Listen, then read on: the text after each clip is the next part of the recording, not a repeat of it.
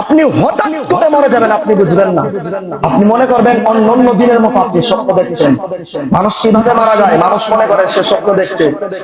তাকে যখন কবরের মধ্যে নিয়ে শুয়ে রাখে, সে মনে করে সে অন্য দিনের মতো একটা স্বপ্ন দেখছে।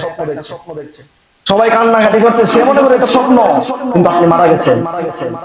অন্য দিনের মতো আপনিও কি স্বপ্ন দেখছেন, সেই স্বপ্ন কখন যে আপনার মাঝে চলে আসছে আপনি নিজেও জানেন না, ঠিক কিনা বলেন?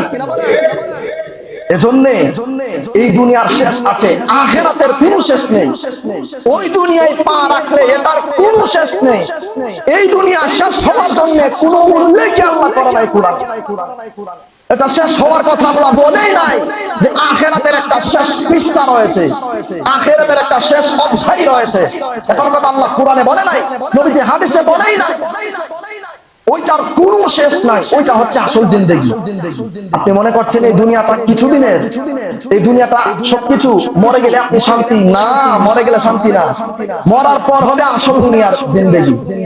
ওই জিন্দেগিতে আপনি কিভাবে মানুষের কাছে মুখ দেখাবেন, কি করবেন না করবেন, এই দুনিয়া থেকে আপনি ভেবে চিন্তা করে নেন। বুঝতে পেরেছেন আমার কথা? ওই দুনিয়ায় উজ্জ্বল চেহারা নিয়ে দাঁড়াতে হলে এই দুনিয়ায় কষ্ট করে হলেও সঠিকভাবে চলুন, অন্যায়ের পথ থেকে ফিরে আসুন, হারামের পথ থেকে ফিরে আসুন, খারাপ কাজের পথ থেকে ফিরে আসুন। মুমিন ব্যক্তিদের অন্তর্ভুক্ত হন। তাদেরকে জিজ্ঞেস করেন যারা লাঠি ছাড়া হাঁটতে পারে না, তাদের এক সময় কত শক্তি ছিল, তারা এক সময় কত জোয়ান ছিল, তাদেরকে গিয়ে জিজ্ঞেস করেন। তারা রুকু দিলে আবার সোজা হয়ে দাঁড়াতে পারে না, সিজদায় গেলে আবার সোজা হয়ে বসতে পারে না, দাঁড়ালে উঠতে পারে না, আর বসলে উঠতে পারে না, আর দাঁড়ালে আর বসতে পারে না। এইরকম একটি অবস্থা। তাদেরও তো কত শক্তি ছিল, কিন্তু আজ সেই শক্তি কোথায়? নেই। কত ক্ষমতাদার ব্যক্তি গিয়ে দেখেন বিছানায় পড়ে আছে, কত ক্ষমতাদার ব্যক্তি সুন্দরভাবে চলতে পারে না, কত ক্ষমতাদার ব্যক্তির হাত দিয়ে ঘুর দিয়ে গিয়ে দেখেন মাটির সাথে মিশে গেছে, ঠিক কিনা বলেন?